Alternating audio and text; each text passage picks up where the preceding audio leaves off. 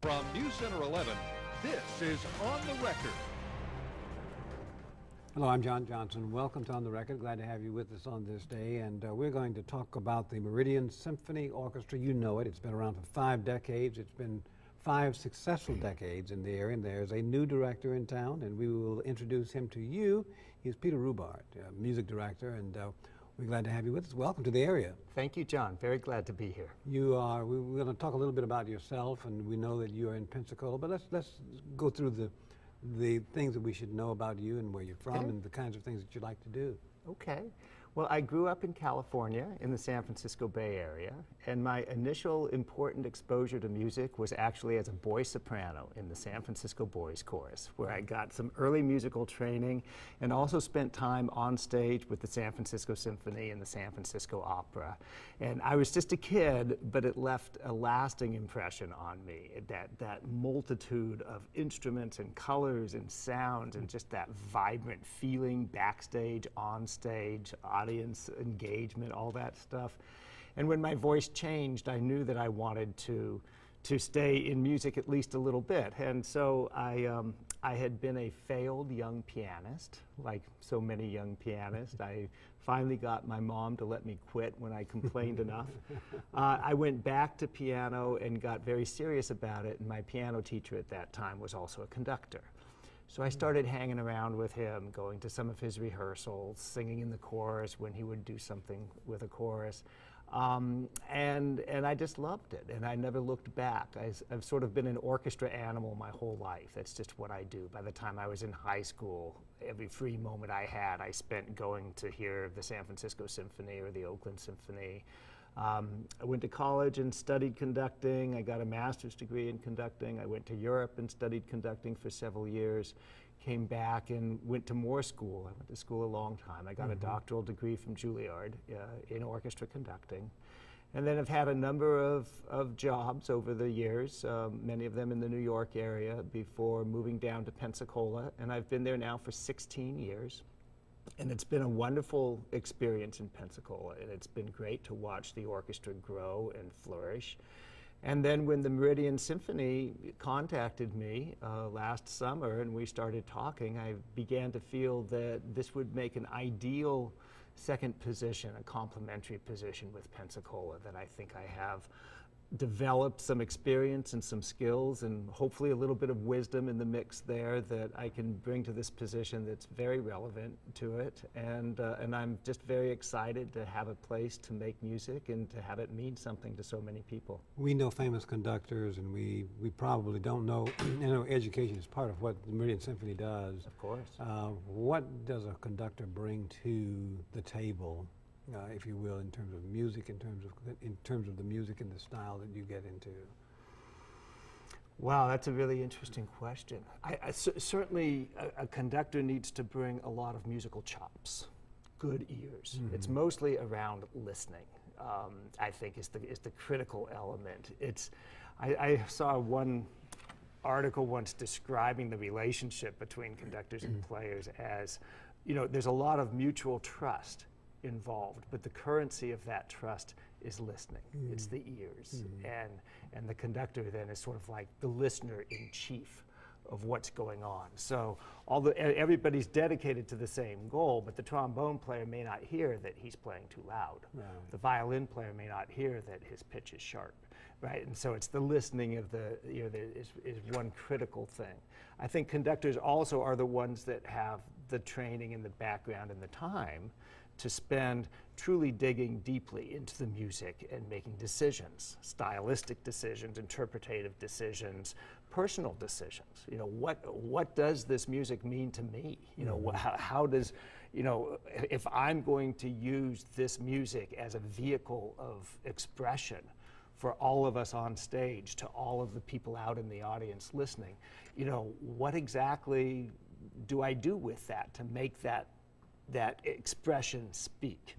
And that does have to come from the conductor. So that's a very personal side of it that accompanies the technical musical side. You come to this area and you come to a group that's been around a long time, what does that mean, and did that impact what you decided to do in terms of coming in this direction? Longevity is a good sign, always. You know, I'm a long-term guy. Like if I'm going to take on a project and invest in a project, I want to be with it for a long time. I've been in Pensacola 16 years. That's a long time. What's encouraging to me about that is that I feel like I'm more effective now than I was 16 years ago. And I would hope to have a similar kind of long-term engagement with the Meridian Symphony. That's my assumption. So I'm glad if there's enough community, you know, longevity means that there's community support, that there's board level support to making this happen.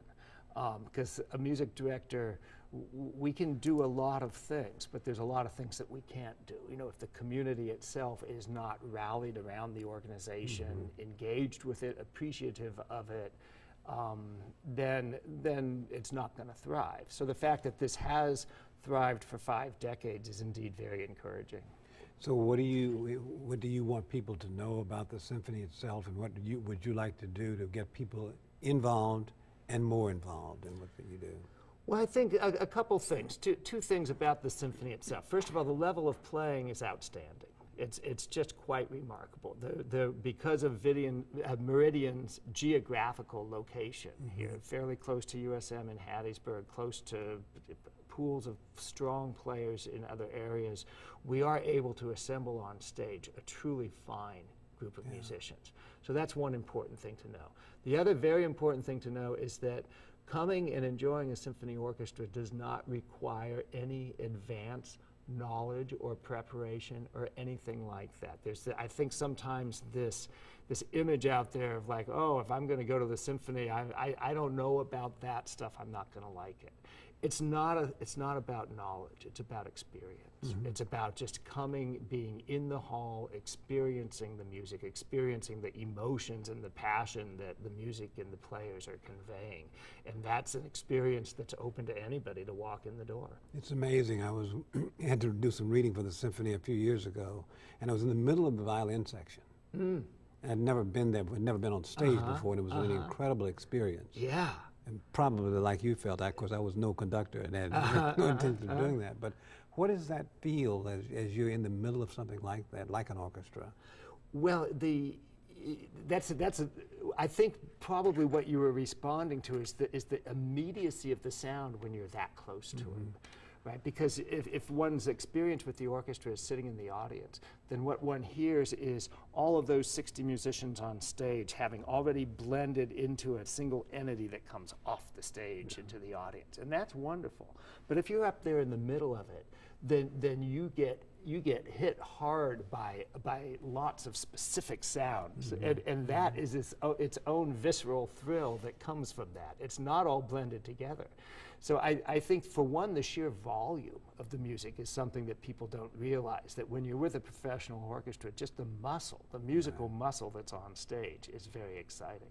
And then the other side of it is that the actual act of playing instruments, it's very athletic. It's very physical. And so if you're up there on stage, you hear people panting, and you see them like resting and shaking out their muscles and massaging their cheeks and you know, just wiping the sweat off their brow, because it is such a physical act to muscle the music into place. It's art, but it's also work. Oh, it's work. It's exciting work. Let's take a break. We'll be right back, and we'll talk a little bit about what you expect for this symphony this year, and as time passes on. We'll be back in just a moment. Stay with us. No matter where, no matter when, you're connected with News Center 11.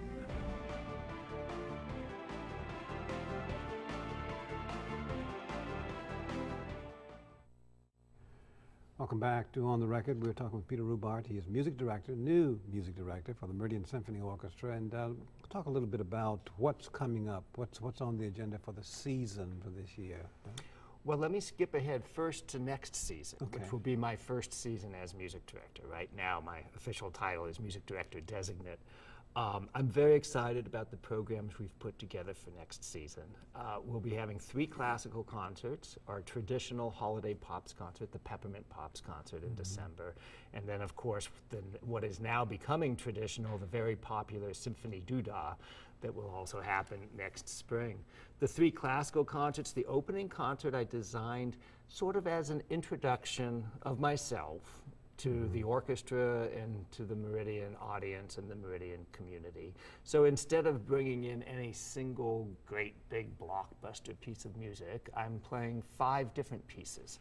And they're all short and they're all wildly different, and they all sort of represent some of the things that interest me in this field. So we've got works by a contemporary American composer, Michael Torke. We've got Haydn, who I adore. We've got some whiz-bang Tchaikovsky. We've got some Leonard Bernstein, who I fortunately had the chance to study with for a little bit at one point, and some stuff like that. So it'll sort of be like a calling card concert that I'm very excited about. And then the other classical concerts, symphonies by Beethoven, by Dvorak, a couple of the big major concertos, the Mendelssohn Violin Concerto, the Grieg Piano Concerto, a lot of music that's very familiar, that's very popular. We're going to play the William Tell Overture. That's what it is. That'll be great fun. Very popular music, but that's in no way to describe it as being anything less than top drawer music. It's wonderful programs, and that's the repertoire that brought me to the field in the first place, is that core symphonic literature that I love so much. How has music changed? It's changed quite a bit. We've talked about this before we started taping in terms of technology, how has that changed music, and how do you get people in the door? Well, in terms of how it's changed what happens on stage at an orchestra, not a lot. Not much. The ubiquitous availability of music is a two-edged sword, and I think on the one hand people tend to say, oh well, why should I go to the symphony concert? I can just go click on iTunes and hear all the music I want. Yeah, well, why would you go visit the Grand Canyon? You can go just look at a picture of it. It's a very, very similar analogy. There is something truly special about the moment of live music. Now granted, maybe the music was written by Beethoven and he's been dead for 200 years and the piece has been played 1,000,000 times. That doesn't take anything away from the fact that when you have 60 professional musicians creating that emotion on the spot at that moment through that physicality and that investment that we talked about earlier, that is the creation of live music, and being there is thrilling and wildly different than the experience of listening to music on an iPod. And so that, I think focusing on that excitement is a big part of what can build an audience. And now that along with that, I think a lot has to do with how you can present the music. There was a time when I think everybody understood that Beethoven's great, so therefore, since we all know he's great, that makes him great, and it will make me appreciate him, and that's all you need to do. I think one thing that's changed is that orchestras and music directors and concert performers now have to not just say, here's your Beethoven, you should love it, but say, here's your Beethoven, this is why it's great. Let me tell you what I think is so cool about this piece. Listen for this moment that's going to happen that just like goes wild here. Or, and the way of presenting and setting some context for audience members, I think, is a big part of the picture. We'll take a break. We'll be right back. Stay with us. Welcome back to On the Record. We were talking about the Meridian Symphony Orchestra. The new music director is with us, Peter Rubardt. And let's talk about some of the programs that you have, music programs that you have, music lessons, things in the community. Talk a little bit about that, because that's how you get your audience, by developing them young, I would imagine. Well, that's certainly the ideal way to do it.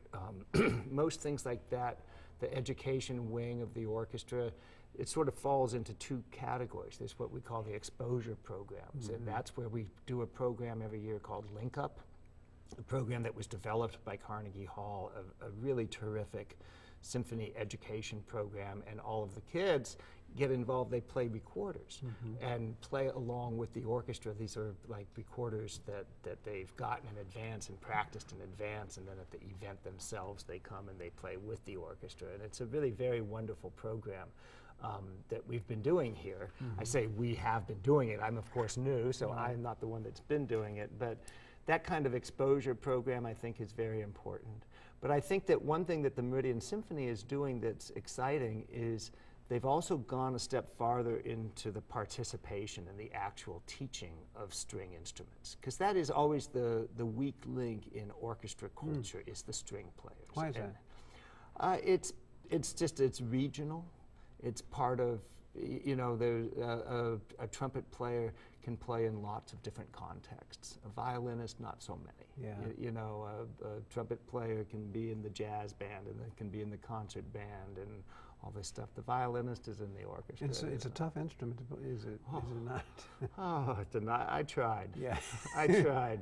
I'm not a bad pianist, but I was a terrible violinist. It's very, very hard and does require training from an early age.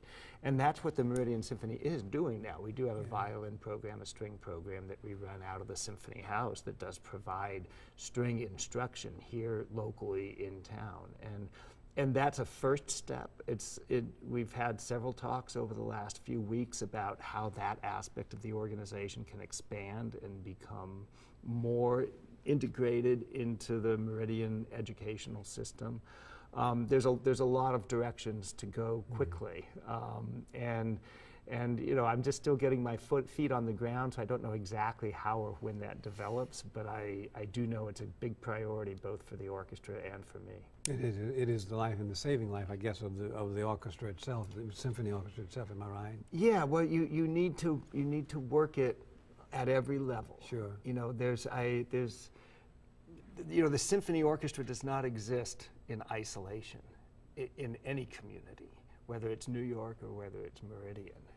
You know, the symphony orchestra is in connection with its audience. The teachers, the players in the symphony orchestra are the teacher of next generations of music students.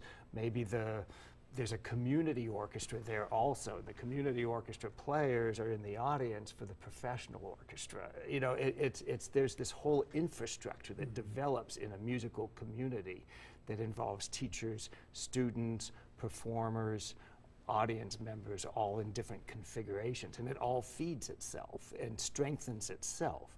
And so that element of that idea of like an eco-structure, a musical eco-structure in a community is important, and one that I hope to develop here. Where do your orchestra members come from? Here in Meridian, almost all of them come from out of town. You know, that's something that in the long run I would love to see change, because it's very hard to develop that kind of ecosystem we just talked about if some critical elements of it aren't local. But that is where we are right now, and is where we will be for the foreseeable future. But hopefully we can put in place, plant some of the seeds now that over time mature to the point where we can have some musicians that are playing in the orchestra that are living here and teaching here in Meridian. You tell me the future looks bright for the symphony orchestra, because the board members are very strong and they're committed to this area and they're committed to this music. Am I correct? They are. I had a board meeting yesterday. It was the first time I've had the chance to meet with the board of the orchestra, and they're very engaged and they're very committed and they're excited about the opportunities that lie in front of the Meridian Symphony right now. I think there's a lot of really good things about to happen here. We'll take a break. We'll be right back. Stay with us.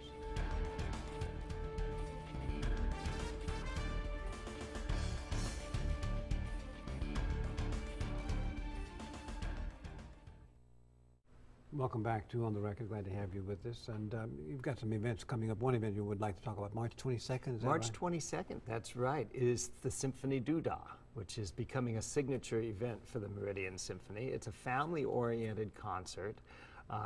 We offer it in conjunction with the Link Up educational concert that we're doing for kids from the schools that morning. I'm actually not conducting this. Timothy Bergman is the conductor for it, but he's put together a really exciting program to present to the families of Meridian on Friday evening, March 22nd, in the Riley Center. And that you can expect from that? What can you expect in terms of? I think that, what exactly is on that program? I think there's some Disney music on that program, some other movie music, probably some light classical pieces of various kinds. I think you can expect a concert that has a lot of shorter pieces, that's not too long, that's designed specifically for audiences of all ages, including kids. We hear that the venue that you perform in is absolutely gorgeous, and it's a wonderful place to play. It is. The Riley Center is a real asset for Meridian. And so this is something that you're looking forward to over the next few months, I guess, in getting ready for your time on the stage. Yes, well, it's the hall is in place. The orchestra actually doesn't come together and start rehearsing usually until a day or two before each concert. And that would be your first meeting. So, well, I conducted a concert here a couple months ago. Okay. And I know many of the players, because a lot of the players here come down and play with me in Pensacola. So what do you see as the future and how it goes in terms of music and the kinds of music that we're talking about today? How's that going to? What we call classical music is classical for a reason. It's got that kind of enduring value to it. There's nothing trendy about this. This is music that has stood the test of time in the case of some of the older pieces, or music that will stand the test of time in some of the newer pieces that we play.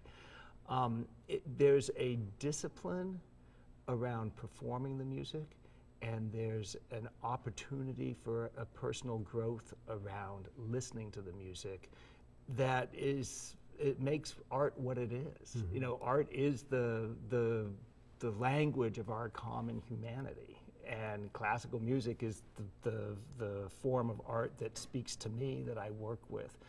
But like any of the arts, classical music is the way that we share what it means to be humans, and that's not going to change. I mean, it goes from generation to generation, does it not? It does not change. Art is critical. We thank you very much for coming by and talking with us. It's been a wonderful time to be with you, and we hope that you'll come back. Thank you, John. Thank you for having me. Welcome to the area. Thank you. Thank you for joining us. We'll see you again next week. We hope you have a great week.